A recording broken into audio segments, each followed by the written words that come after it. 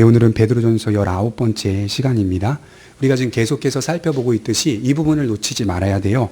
만물의 마지막이 가까이 왔으니, 말세가 임했으니, 마지막 때가 가까이 왔으니 라고 하는 전제된 배경 안에서 말씀들이 계속돼서 전해지고 있습니다. 만물의 마지막이 가까이 왔으니까, 마지막 때가 가까이 왔으니까 성도는 어떻게 살아야 하는가, 어떤 삶의 자세와 태도를 가져야 하는가, 이렇게 이어가고 있는 것이죠. 만물의 마지막이 가까이 왔으니 지난 주간을 제가 적용해 보면 서로 뭐 하라고요? 사랑하라. 뜨겁게 서로 사랑하라. 사랑은 허다한 죄를 덮느니라. 그래서 이제 사랑이 죄를 덮는다는 말은 어떤 의미이죠? 죄에 대한 심판과 죄에 대한 정죄가 필요 없다는 게 아니라 사랑을 통하여 그것이 죄라는 것을 드러내준다. 더 무서운 거라고 말씀을 드렸죠. 사랑을 통하여 그가 죄를 지은 것에 대한 수치심, 부끄러움을 스스로 더 깊게 알게 한다. 무엇으로? 용서와 사랑으로. 그러니까 이게 훨씬 더 무서운 거죠. 세상 법대로 말하면 죄를 지으면 구치소나 교도소에 들어가면 그만이죠. 그런 게 아니라는 거예요. 성경이 말씀하고 있는 죄에 대한 용서는 그것이 아니라 그리스도의 사랑, 그것을 전제로 하여서 신자 안에 부어진 예수님의 사랑을 가지고 다른 사람들을 사랑할 때, 허물을 덮어주고 용서할 때 그것은 너 마음대로 다시 살아봐 라고 하는 입장에서 그를 용서하는 것이 아니라 그게 정말 잘못된 것이지만 내가 예수의 사랑을 안고 너를 용서한다. 그러니 다시는 뭐 하지 말라고요? 죄를 짓지 마라. 예수님이 말씀하신 내용이 이런 거거든요. 간음하다가 현장에서 잡힌 여자에게 나도 너를 정죄하지 아니하노니, 거기서 끝났다면 그냥 덮어준 것으로 끝났어요. 예수님 이렇게 말씀하셨거든요.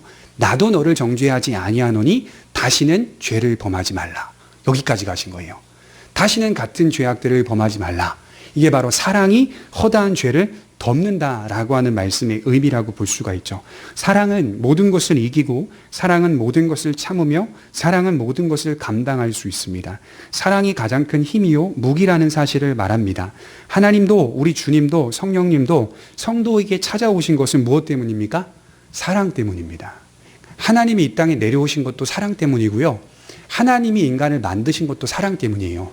하나님이 첫째 날, 둘째 날, 셋째 날 모두 피조 만물을 창조하신 것도 사랑 때문이에요. 어디서 출발했는가? 사랑 때문입니다. 그래서 하나님은 무엇이라?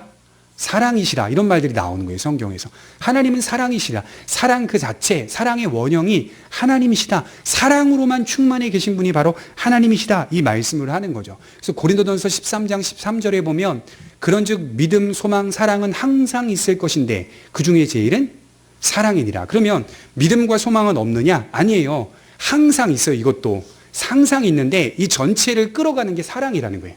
믿음, 소망, 사랑. 그러니까 신자의 인생 가운데 믿음이 뭐냐? 별거 없어요. 믿음이라고 하는 것은요, 믿음과 소망과 사랑을 배워가는 거예요. 이 세 가지를 배워가는 인생 속에서 믿음, 하나님을 신뢰하는 믿음, 그리고 그 믿음 안에서 천국을 향한 소망, 그리고 중간에 모든 것을 지배하고 있는 사랑. 이것을 성경을 통하여 내 삶의 넘어짐이나 또는 순종함을 통하여 하나하나씩 배워가는 거다. 여러분, 그래서 복음이라고 하는 것은요, 사랑의 원형입니다. 원형. 예수가 구원자요, 예수가 그리스도요 라고 하는 것은 사랑의 원형입니다. 왜냐하면요, 예수를 믿게 되면 내 죄가 보이거든요. 그냥 덮어주는 게 아니에요. 내 죄가 보여요. 내 죄가. 여러분, 마틴 루터가 하루에 2시간씩 고해성사를 했대요. 1517년에 마틴 루터가 살았을 그 당시에 2시간씩 하고요.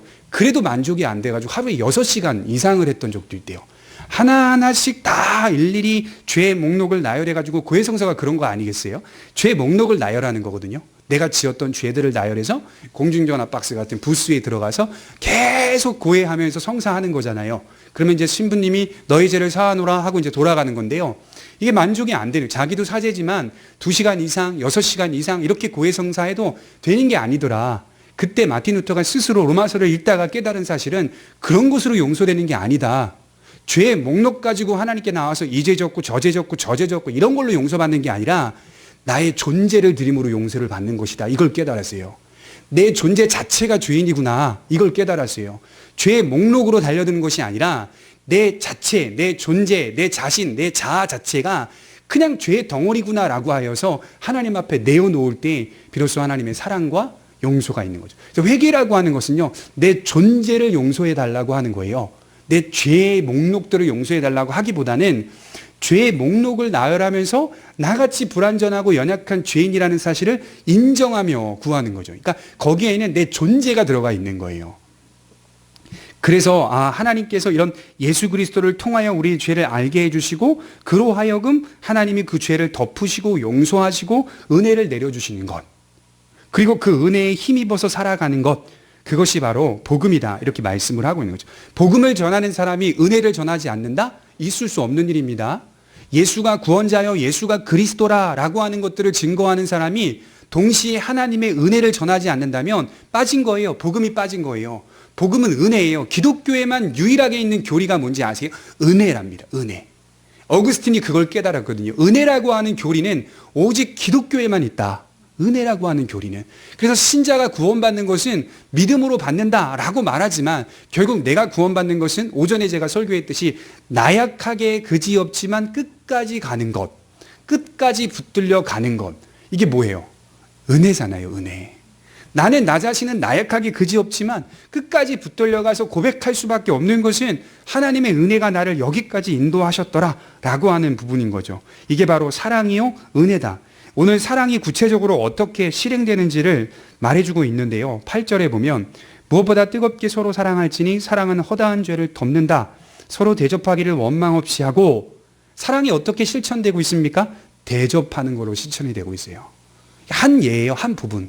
대접하는 것으로 사랑이 실제적으로 실행되고 있습니다.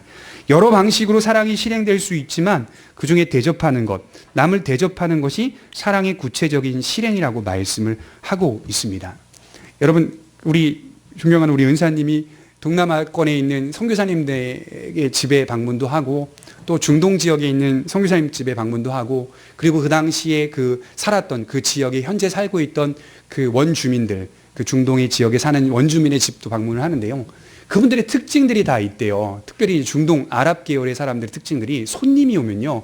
그렇게 잘 대접을 한답니다. 정말 기가 막힐 정도로 대답을 한대요. 음식이 나오면요. 별건 없대요. 별건 없대요. 별건 없는데 대접하는 시간이 오래 걸린대요. 그리고 대접하는 과정을 보면요. 즐거워한대요. 그렇게. 아랍인들이 그렇게 즐거워한대요.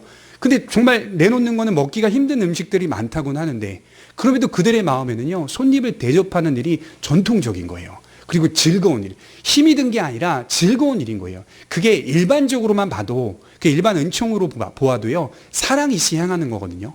도덕적 사랑으로 행하는 거거든요. 얼마나 멋져요. 여기서 더 가야 된다. 그리스도인들도 아랍에 가서 그걸 배워야 돼요. 손님 왔을 때 손님을 그렇게 무단히 대접하고 손님을 대접하는 그 과정 자체가 얼마나 은혜로운 것인지 그들은 어떤 마음이 있냐면 우리 가정에 이런 손님이 왔다는 것만으로 축복이다 이렇게 생각한다는 거예요. 그래서 여러분 그 창세기 보다 보면 막 손님들이 오면 대접하는 이야기들 많이 나오잖아요. 아브라함이 어디 갔을 때 대접하고 중동 계열의 아랍 계열의 사람들이 그렇게 대접하는 걸 좋아한다고 합니다. 이스라엘 사람들도 마찬가지고요. 우리 한국인들 보세요. 지금은 되게 싫어하잖아요. 누가 손님이 집에 찾아오는 것도 싫어합니다. 목사님이요 어느 가정에 신방 가는 것도 그렇게 힘들어해요. 지금은.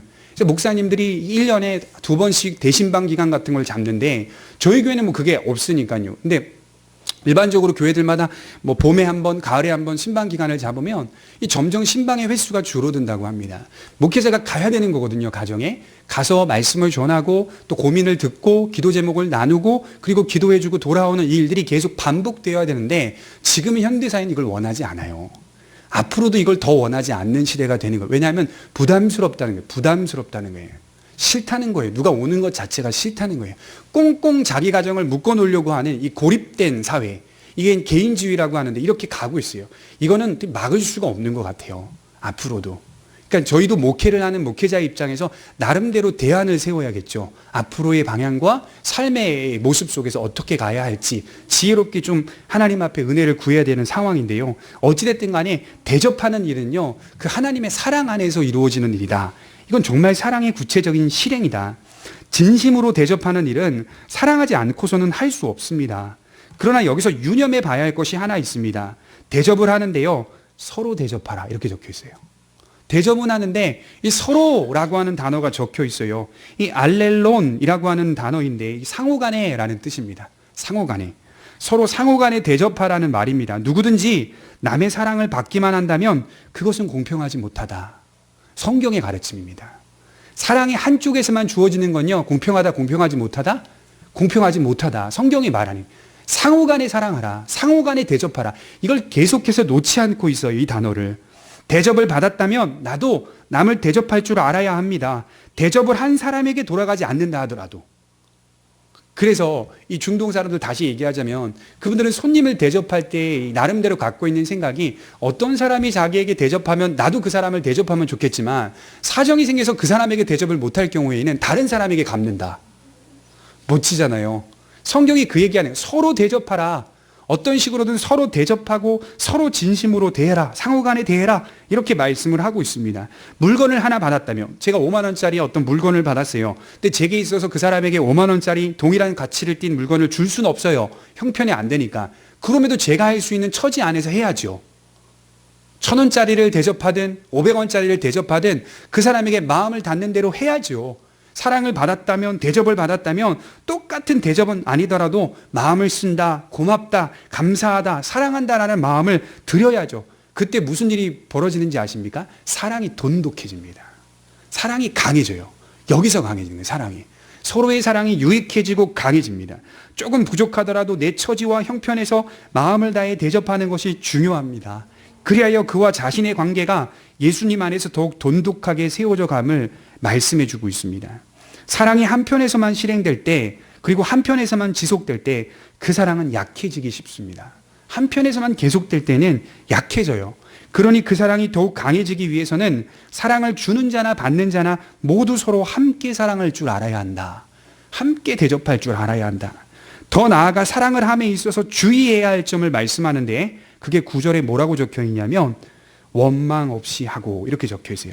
서로 대접하기를 원망 없이 하고. 인간은요, 남을 도와주면서도 원망하기 쉽습니다. 다 경험해 보셨죠? 내가 도와줘요. 도와주면서도 투덜댄다니까요, 인간은. 도와주면서도요, 이게 그렇게 즐겁지가 않아요.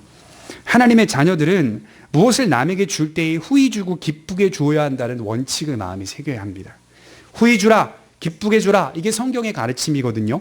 로마서 12장 8절에 보면 위로하는 자라면 위로하는 일로, 구제하는 자라면 성실함으로, 다스리는 자라면 부지런함으로, 긍휼을 베푸는 자는 즐거움으로 할 것이라. 다스리는 자는 뭘로요?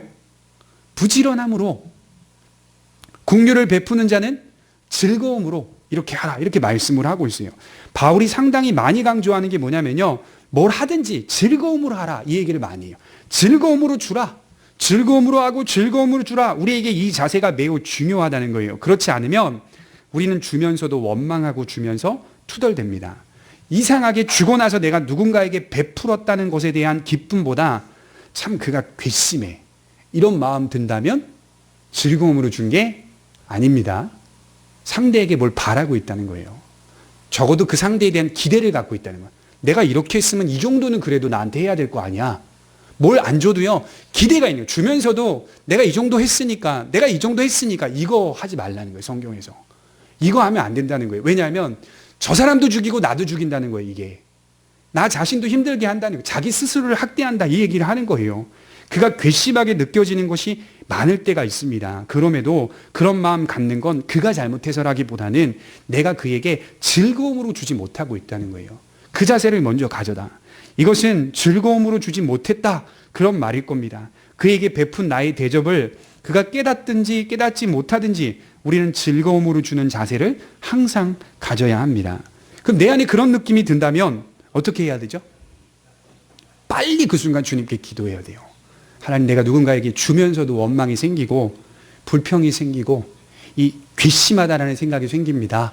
이 마음을 하나님께서 변화시켜 주십시오. 누그러뜨려 주십시오. 그 마음을 계속 하나님께 아뢰고 기도해야 합니다.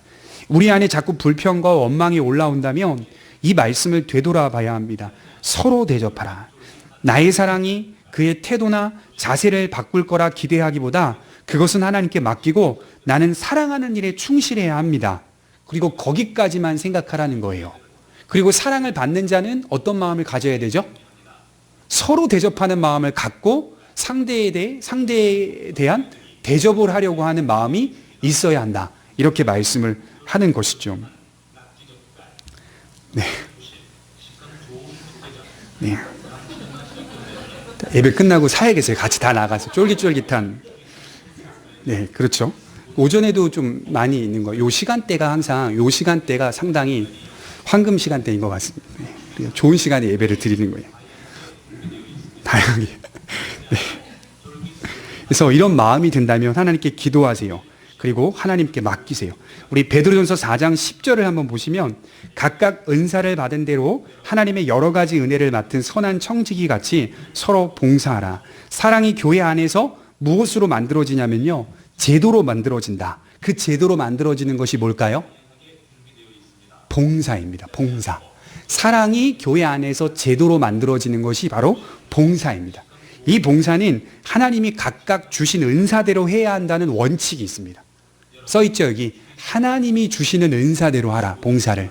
여기 은사대로 하라는 말은요, 두 가지 말씀으로 이해할 수 있어요. 두 가지. 하나는 뭐냐? 영적인 재능. 그러니까 자기가 가지고 있는 재능을 통해서 봉사하는 것을 의미합니다. 그리고 또 하나는 재능과는 무관해요. 그런 재능은 없어요. 그런데 하나님의 사랑을 받은 은혜 안에서 은혜를 받은 감동으로 인하여 봉사의 자리에 뛰어드는 걸 말합니다. 그러니까 두 가지 의미가 같이 있어요. 자, 어떤 사람에게 재능이 있습니다. 음악에 대한 소질이 있어요. 그렇다면 찬송하는 일에 봉사직을 맡길 수가 있겠지요. 물론 무조건 그가 찬송을 잘한다고 세울 수는 없겠지요. 중요한 건 믿음을 기반으로 해야 된다는 거예요. 모든 면에. 그 사람 믿음이 있느냐? 그 사람이 정말 그리스도의 사랑을 마음에 품고 있는 사람이냐? 그 안에서 재능이 있다면 찬송하는 일에 봉사직을 맡길 수가 있죠. 그러나 꼭 그런 재능만으로 봉사하는 게 아니라는 거예요. 어떤 성도가 하나님의 은혜를 받아 감사하여 식당이나 청소나 주일학교 등 여러 봉사 가운데 하나를 맡아서 할 수 있습니다. 은혜에 감사하여 자신도 무언가 하고 싶은 마음이 든 거죠. 그래서 바울은 은사를 받은 대로 하라 이렇게 하는 말과 동시에 각양 은혜를 받은 자로 봉사하라 이런 말씀을 또다시 하고 있는 거예요. 은사도 중요해요. 재능도 중요하지만 동시에 하나님의 은혜를 받은 자가 감동하여 자원하여 하는 봉사, 그것도 가능한 봉사다. 그래서 이 부분을 교회가 지혜롭게 배치해야 돼요. 지혜롭게. 이것이 다 사랑 때문에 이루어지는 일들입니다. 여러분들 안에 은혜를 받아 하고 싶은 일들이 생길 때, 봉사의 일들이 생길 때는요, 자발적으로 그 마음 생길 때 미루지 마시고 하시기 바랍니다. 여러분, 이거 하나님이 주시는 마음이에요. 내 마음에 한번 해볼까? 막 이런 갈팡질팡 생길 때요, 하라는 거예요. 하라는 거예요. 그런 마음, 자원하는 마음 생길 때, 누가 막 밀어붙이지 않아도 자원하는 마음 생길 때는요, 미루지 마시고 봉사하셔야 돼요. 그 자발적으로 하는 봉사를 하나님이 기뻐하십니다. 그리고 그런 자발적 봉사가 자기 신앙에, 자기의 삶에 굉장히 유익하다는 점을 말씀을 드리는 겁니다. 해보면 정말 유익합니다. 그 봉사, 그 끈 때문에 하나님을 의지하고 신뢰할 수밖에 없다는 거, 그 모든 면이 잘 유익하게 서 나갈 수 있는 겁니다. 여기서도 마찬가지로 알렐론 이렇게 적혀 있는데요. 이게 서로 봉사하라. 그죠? 같은 원칙이죠? 한쪽에서만 봉사하라? 아니죠. 서로 봉사하라. 그래서 교회가 건강하냐 건강하지 못하냐를 판단할 수 있는 기준이 뭐냐면 서로 교회가 봉사하고 있는가. 서로. 그러니까 봉사를 안 하는 사람이 없어요. 서로 봉사해. 작은 거든 크든 상관없이 서로가 봉사하려고 애쓰는 거, 이게 정말 건강한 교회의 기준이 될 수도 있어요. 봉사가 누구 한쪽에서만 하는 게 아니라 봉사와 헌신은 누구 한 사람만 하면 안 됩니다. 그래 중요한 건 이 봉사를 하기 위해서는 그리스도 안에서의 거듭남이 있어야 돼요. 구원받은 신자로서의 자리에 올라와야 돼요. 그렇지 않고서는 교회 안에서 봉사할 수는 없어요. 위험할 수 있기 때문이죠. 그래서 봉사는 서로 하는 겁니다. 다 함께 해야 합니다. 작은 거라도 나누어 교회 안에서 이루어질 때 그 교회가 건강하다고 말할 수가 있어요. 제가 세상에 나아갔더니 세상 사람들이 하는 말 중에 이런 말이 있어요. 사람은 돈과 몸과 시간을 써야 소중한지를 안다. 공감하십니까? 돈과 몸과 시간을 써야 소중한지를 안다. 이게 왜 그런지 아세요? 이게 일반 은총이거든요. 믿음도 똑같아요. 믿음도. 신앙생활도 이 세 가지가 하나님 안에서 잘 어우러지고 균형을 잡을 때 내 신앙이 소중한지 아니에요. 교회가 소중한지 안다기보다는 내 믿음, 하나님이 나에게 주신 은혜와 믿음이 소중한지를 그때 압니다. 제가 교회 전도사 때부터 여러 교회 다녀봤거든요. 그리고 많이 만나봤어요. 되게 교회 안에서 불평하고 불만이 있는 사람들은, 잘하고 있는 사람들은 대부분 아닙니다. 대부분 다 교회의 뒷자리에 있는 사람들, 이런 사람들이 작은 거 하나라도 건드려가지고 불평하고 원망하는 거 저 정말 많이 들었습니다. 봉사하는 사람은 대부분 말 없습니다. 하나님을 사랑하고 즐겁게 하는 사람들은 그렇게 크게 그런 생각들 안 합니다. 그러나 대부분 뒷자리에 있는 분들 막 봉사 안 하고, 그리고 정말 막 그런 생각조차 없고, 기도 생활 안 하고, 하나님 의지하지 않으려고 하고, 세상 속에 있는 게 좋고, 이런 사람들 속에서 불평이 많이 들린다는 걸 제가 봤어요. 통계적으로 그래요. 모든 교회가 어느 교회나 마찬가지예요. 이렇게 돼서는 안 된다는 거예요. 차라리 봉사를 하면서 옳지 않은 것들을 얘기하는 게 건강하다는 거예요. 차라리 봉사를 하면서 교회를 사랑하고, 또 내 가정을 사랑하고, 내 삶을 사랑하면서 옳지 않은 것들을 비판하고 분별해 가는 게 건전하다는 거예요. 그러니까 이게 무슨 비판이냐면요, 대안 없는 비판을 해서는 안 된다, 이 말을 하는 거예요. 막연한 비판, 막연한 불평, 막연한 부정적인 생각, 이거는요 우리 자신을 힘들게 만들 수 있습니다. 그래서 정답만 말하는 사람 되기보다 묵묵히 사랑하고 감당하며 말하는 사람이 되시기를 바랍니다. 제가 힘들어하는 사람이 그런 사람이고, 노예에 가보면 노예 안에 이제 목사님들 막 있잖아요. 제가 좀 어린, 이제 그렇죠, 저희 노예에서는 목사님들이 150명 정도 있는데 아마 제가 나이가 제일 어린 것 같아요, 제가 보니까. 근데 이제 대화하고 막 말씀하시는 거 들어보면요, 주변에 가고 싶지 않은 사람이 있어요. 뭐냐면 정답만 말하는 사람. 그런 사람은요 정답은 말해요, 가고 싶지 않아요. 그 사람한테 안 가고 싶고, 정답을 안 말하더라도 사랑이 있는 사람. 그러니까 정답은 별로 없어요. 근데 그 사람한테 가면 대화가 돼, 그래도 소통이 돼. 근데 어떤 사람한테 가면요, 딱 말도 꺼내기 전에 이렇게 저렇게 이렇게 딱 말해보는 사람이 있거든요. 그러면 정답은 말하지만 힘든 거예요, 사람이라는 게. 우리 정답 몰라서 여기 앉아있나? 정답 알아요. 아는데 안 되는 건 어떡하냐, 이 말이죠. 근데 정답만 말하는 사람 옆에 가면 쉽지가 않은 생각이 듭니다. 근데 그런 분들이 있더라고요. 개 중에 정말 있더라고요. 노예 안에서도 이렇게 일들이 이루어지는 거 보면 어떤 의견을 내고, 손 들고, 막 의장하고 막 의견을 내고 서로 막 티격태격 이야기하는 거 들어보면, 그래도 어느 정도는 저거는 좀 통과시킬 수 있는 대안, 또 의안인데 그거 끝까지 붙잡고 그거는 안 됩니다, 계속 이렇게 말씀하시는데, 저거는 그렇게까지 목숨 걸 필요는 없는 것 같은데, 이런 생각. 그러니까 이제 그런 것들을 보면, 물론 회의의 어떤 그 흘러가는 흐름들을 다 보면서 배우기는 하지만, 그렇잖아요. 사람이라고 하는 것이 정답만 말하기보다는 묵묵히 감당하며 사랑하며 좀 넘어지더라도 일으켜 세워주며 다시 또 올바른 방향으로 가는 걸 원하고 좋아하는 거 아니겠습니까? 그게 바로 진리요 은혜 안에 주어지는 방향 아니겠어요? 저는 이것을 어떻게 정의하냐면 성숙이라고 정의합니다. 성숙. 그러니까 이렇게 생각하는, 정답만 말하는 사람은 성숙하지 못하다, 저는 이렇게 생각하는 거예요. 정답은 알고 있지만 성숙하지 못하다, 이렇게 저는 생각을 하는 거예요. 정답보다는 정답도 알지만 동시에 같은 방향으로 갈 수 있도록 같이 좀 이야기하고 제시해 주는 게 조금 더 성숙한 거 아닌가, 이런 생각을 하는 거죠. 교회마다 봉사의 프로테이지를 따지면 약 10% 미만이 교회를 끌고 가더라, 이런 말이 있습니다. 그렇게 가면 안 된다. 바울이 서로 해야 한다, 서로 사랑해야 한다, 이렇게 얘기하는 거죠. 제가 지지난주에 그 바울이라고 하는 영화를 봤다고 말씀을 드렸는데요, 바울이라는 영화에 보니까요, 그 로마 안에 있는 그리스도인들이 나중에 바울이 이제 체포가 당해서 죽음을 맞이할 때, 그때쯤 교회 안에서도 분란이 일어나는 거예요. 무슨 분란이 일어나냐면, 이게 예수냐, 이게 복음이냐, 이게 기독교냐, 계속 처참히 죽어가는데 우리가 잠잡고만 있어야 하는 거냐, 이게 말이 되냐. 교회 안에서도 반으로 나뉘어졌어요. 로마 교회 안에서도. 진짜 그 일이 있었는지 제가 모르겠어요. 성경에 안 나와 있으니까. 영화는 그렇게 풀어내고 있어요. 한쪽에서 어떻게 칼을 들기 시작하는 거예요. 젊은 사람들이. 젊은 청년들이 칼을 들어요. 이렇게 해서 되는 문제가 아니다. 우리도 맞서 싸우자. 우리가 힘이 없냐, 능력이 없냐, 맞서 싸우자. 로마 시내 안에 교회에서도요, 계급들이, 그 당시엔 계급들이 다 있었는데, 거기서도요, 부자가 있었다고요. 로마 교회 안에서도. 부유한 사람, 가난한 사람, 조금 중산층, 이런 층들이 다 나뉘어져 있어가지고, 한 군데에 모여 있는데, 서로 분란이 일어나는 거예요. 거기에 이 누가라고 하는 사람, 사도행전과 누가복음을 썼던 이 의사 누가가 거기서 계속 중재하는 거예요. 바울이 그렇게 가르쳤냐? 바울이 그렇게 가르쳤냐? 그러면서 막 계속 중재를 하는 거예요. 그리고 예수님이 그렇게 말씀하셨느냐? 그렇지 않지 않느냐? 계속 하는데 그게 안 먹혀요. 나중에 이 반세력들이 칼 들고 나가서 싸우는 거예요. 나가서 싸워서 결국 바울이 묶여있는 그 감옥까지 가서 그 감옥을 지키고 있는 로마 군인들을 죽이고 나가가지고 바울의 그 철창을 풀어주고 나오라, 나오라. 그러니까 바울이 왜 그러냐고. 풀어주러 왔, 나오라. 안 나가는 거예요, 바울이. 안 나가는 거예요. 내가 나가면 어떻게 되겠느냐. 나를 지키는 로마 야전군 사령관도 다 죽게 되고, 나를 지키는 로마 군인들이 네로 황제로부터 다 죽임을 당하지 않겠느냐. 난 나갈 수 없다. 가라, 돌아가라. 이 미친 사람하고 가는 거예요, 그냥.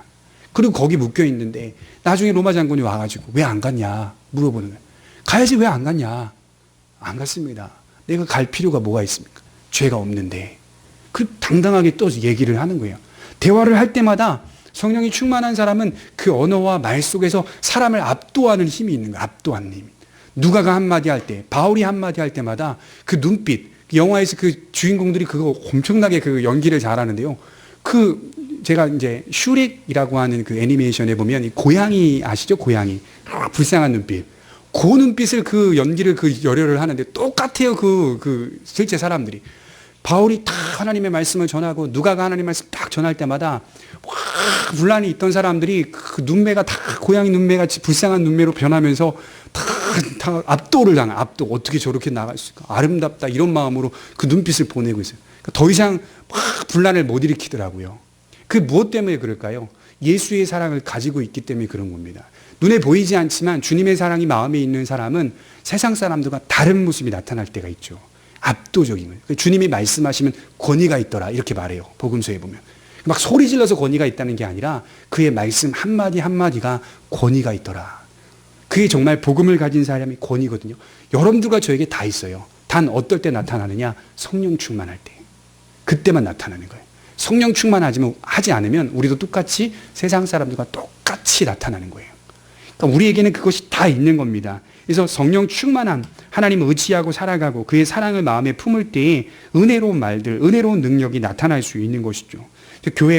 교회의 봉사가 또 서로 봉사해야 한다는 것을 잊지 말아야 됩니다.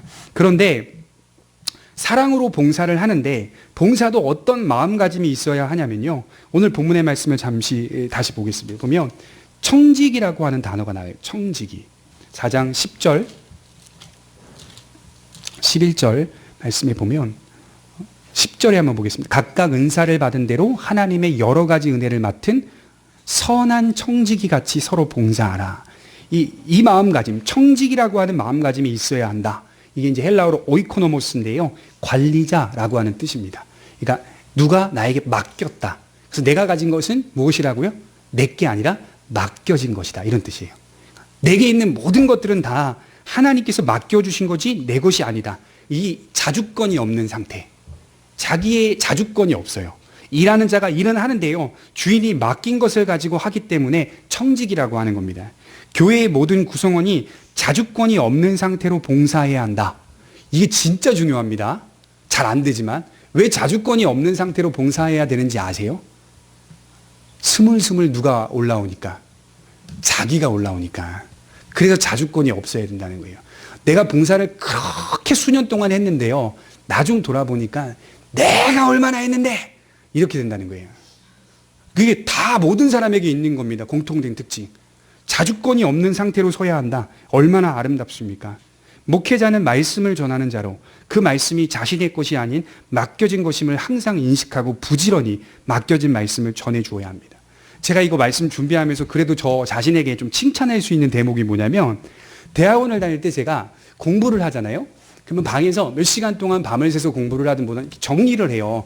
중간고사, 기말고사 때 대학원 때 이제 정리를 하면 다른 전도사님들은 그렇게 안 보여줘. 저는요, 다 정리한 거 그거 맨날 그 사이트에 올렸어요. 저희 32기의 원우의 카페가 있는데 그 카페에다가 어떤 주제, 조직신학이면 조직신학, 헬라어면 헬라어, 아니면 뭐 신약신학이면 신약신학, 이런 문제가 분명 나올 거다라고 하는 제 안에 나름대로의 그 확신 가지고 쫙 풀어가지고 쫙 올렸어요. 물론 어떤 개중에 나쁜 인간들은 밑에다가 저런 건 안 나와. 진전도사가 올리는 건 다 안 나와. 막 친한 인간들은 다 그렇게 올렸는데요. 실제 다 나왔어요. 근데 저는 그거 풀이할 때마다 계속 올려줬어요. 그리고 제가 다른 사람한테 물어볼 때는 안 가르쳐 주는 거예요. 그럼 생각해 보십시오. 제가 한 주제를 맡아가지고 10시간, 8시간을 공부하면 다른 공부는 못한 거죠. 제가 올리기 위해서 그것만 계속 하는 건데, 봉사하기 위해서. 그러면 다른 공부는 당연히 처진다고요. 그러면 그 처진 주제를 가지고 다른 전도사님한테 가서 물어보면서 그 사람 걸 내가 가지고 와야 되는데 안 가르쳐 주는 사람이 있는 거야. 안 가르쳐 주는 사람이. 퀴즈를 봐도 시험을 봐도 안 가르쳐 줘. 계속 안 가르쳐 줘. 나중에 이제 제 안에서 막 계속 욕하고 막 비판하고 그랬지만 저는 나름대로 왜 그걸 사이트에 올렸냐면요. 제가 만약에 일반 학문을 공부하는 대학원생이면 저도 안 가르쳐 줘요. 근데 성경을 대하는 사람이잖아요. 말씀을 대하는 건 결과적으로 볼 때 성도를 살린다는 뜻이거든요. 이게 이분들이 잘 배우고 잘 알면 이 사람들이 어디서 가든 성도를 살릴 수 있다. 내가 잘 정리해주면 이분들이 어디 가서 성도를 살리고 복음으로 양육할 수 있다라는 믿음이 있었기 때문에 무조건 보여줘야 된다. 신학은 무조건 컨닝하라는 게 아니라 우리는 그 전에 미리 보여주고 그 정리한 거 암기해서 공부를 하기 때문에 컨닝하라는 얘기가 아니라 그거 다 보여주자. 저희 학교도 컨닝도 안 돼요. 어떤 과목은 첫 시간부터 마치는 시간까지 배웠던 걸 써라. 그거예요. 어떤 과목은 조직신학에 보면. 시험 시간 3시간인데요. 5장, 이따만한 시험지에 5장, 6장을 써가는 거예요. 3시간도 모자라가지고 도시락 같은 거 싸갖고 와가지고 간식 같은 거 먹으면서 탁탁탁탁탁 계속 써가는 거예요. 그런 시간이 진짜, 그러면 공부 안 한 사람은 못 쓰는 거예요. 못 쓰고 좀 쓰다가 반 페이지 쓰다가 나가고 막 이렇게 되니까. 그러니까 그것도 안 돼. 컨닝도 안 돼요. 그러니까 미리 해가지고 올려요. 이게 성경을 통하여 성도들이 살아난다. 이런 확신이 있었기 때문에 제가 그랬는데요. 안 주더라. 다른 사람 안 주더라. 결국 왜 안 주겠어요? 장학금 뭐 그런 거 있잖아요. 석차다 뭐 이런 것 때문에. 이런 것 때문에. 결국 다 거의 저희 대학원은 70%가 장학금을 다 주거든요. 거의. 근데 나름대로의 그 위아래의 그 1등이냐 2등이냐 막 이런 것들 많이 따지다 보니까 사람 안에서 신학을 배우고 영혼을 살리는 우리들 안에서도 이게 있더라는 거예요.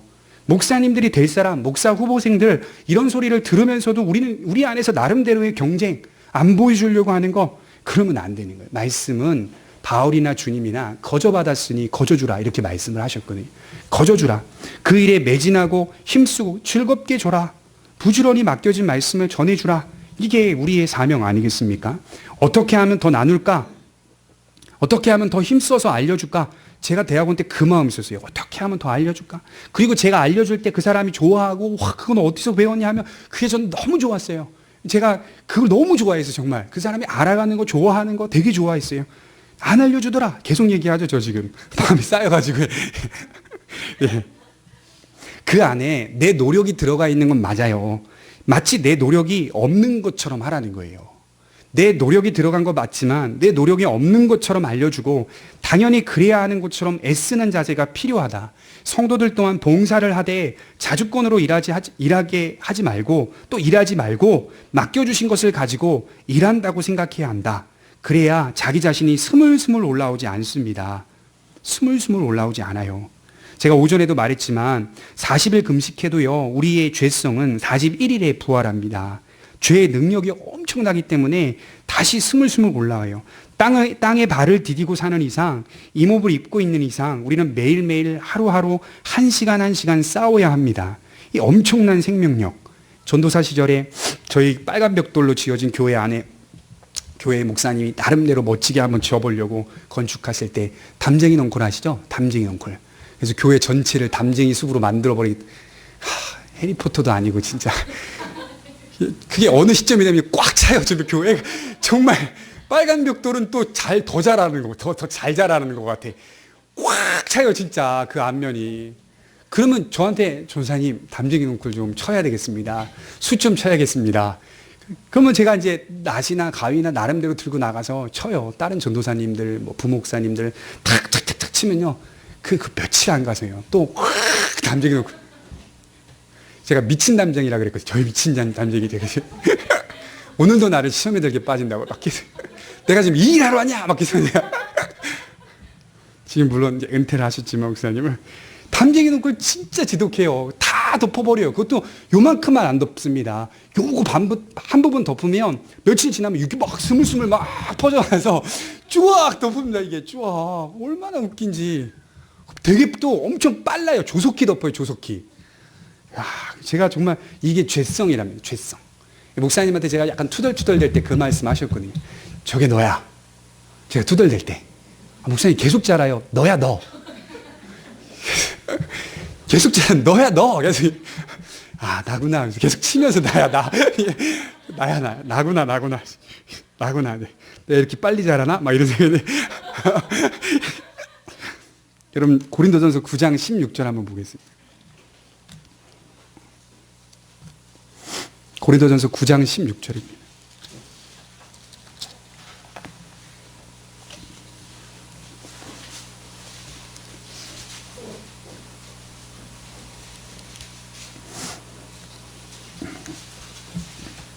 고린도전서 9장 16절에 바울이 어떻게 사역을 했는지를 한번 보도록 하겠습니다. 같이 한번 읽어보겠습니다. 시작. 내가 복음을 전할지라도 자랑할 것이 없음은 내가 부득불 할 일임이라. 만일 복음을 전하지 아니하면 내게 화가 있을 것이로다. 바울은 이 한 말씀으로 모든 것을 이해시키고 있는데 주님의 것을 거저받았으니 거저주는 마음, 그리고 그 이상이랍니다. 주지 않으면 내게 뭐가 있다고요? 화가 있을 것이다. 이 자세가 모든 성도에게 있어야 한다. 내가 그렇게 하지 않으면 그냥 끝나는 게 아니라 하나님 나한테 화를 내릴 것이다. 그러니까 해야만 하는, 누군가를 사랑해야만 하는, 누군가를 봉사해야만 하는, 누군가를 대접해야만 하는 그 마음, 그 마음이 있어야 한다. 그러니 바울이 이런 자세가 있기 때문에요, 복음을 계속 부득불 증거하면서도 자기를 자랑하지 않았던 거예요. 자랑을 할 수가 없다는 거예요. 바울이 자랑한 게 딱 하나 있습니다. 뭘까요? 자랑을 한 게 하나 있어요. 뭘까요? 이제후로는 나를 위하여 의의 면류관이 예비되었으므로. 자기의 사역은 자랑은 안 하는데 내가 이런 열정과 열심을 다해 사역했음을 통해서 하나님 내게 상급을 주실 것이다. 이건 자랑했어요. 하나님 나에게 이 땅에서는 아니더라도 하나님 나라에서 더 큰 은혜와 큰 축복과 은총으로 함께 하실 것이다. 이제후로는 나에게 의의 면류관이 예비되었다. 더 멋진 게 뭔지 아십니까? 그걸 자랑하면서도 나에게만이 아니라 주의 재림을 사모하는 모든 자에게니라. 여기까지 또 말을 하는 거예요. 자기만 자랑하다가 나중엔 또 여러분들에게도 있습니다. 이 상이 여러분들에게도 있을 것이니 여러분들도 감당해야 합니다. 이렇게 말씀을 하는 겁니다. 여러분들이 봉사하는 것은 마땅한 겁니다. 그런데 더 나아가 봉사하지 않으면 내게 화가 있을 것이다. 제가 이런 말씀을 제 마음에 새기면서 그렇게 이렇게 다시 제 마음을 잡을 때가 많아요. 내가 전하지 않으면 그냥 끝나는 게 아니라, 목회자의 생활이 끝나는 게 아니라 전하지 않으면 나한테 재앙이 닥칠 것이다. 이걸 마음에 각오를 하는 거예요. 마음으로 계속. 전하지 않으면 재앙이 있을 것이다. 이런 마음가짐, 사랑하지 않으면 내게 화가 있을 것이다. 라는 이런 마음 자세, 오늘 우리들에게 필요한 자세라고 생각합니다. 기도하도록 하겠습니다. 자비하신 하나님,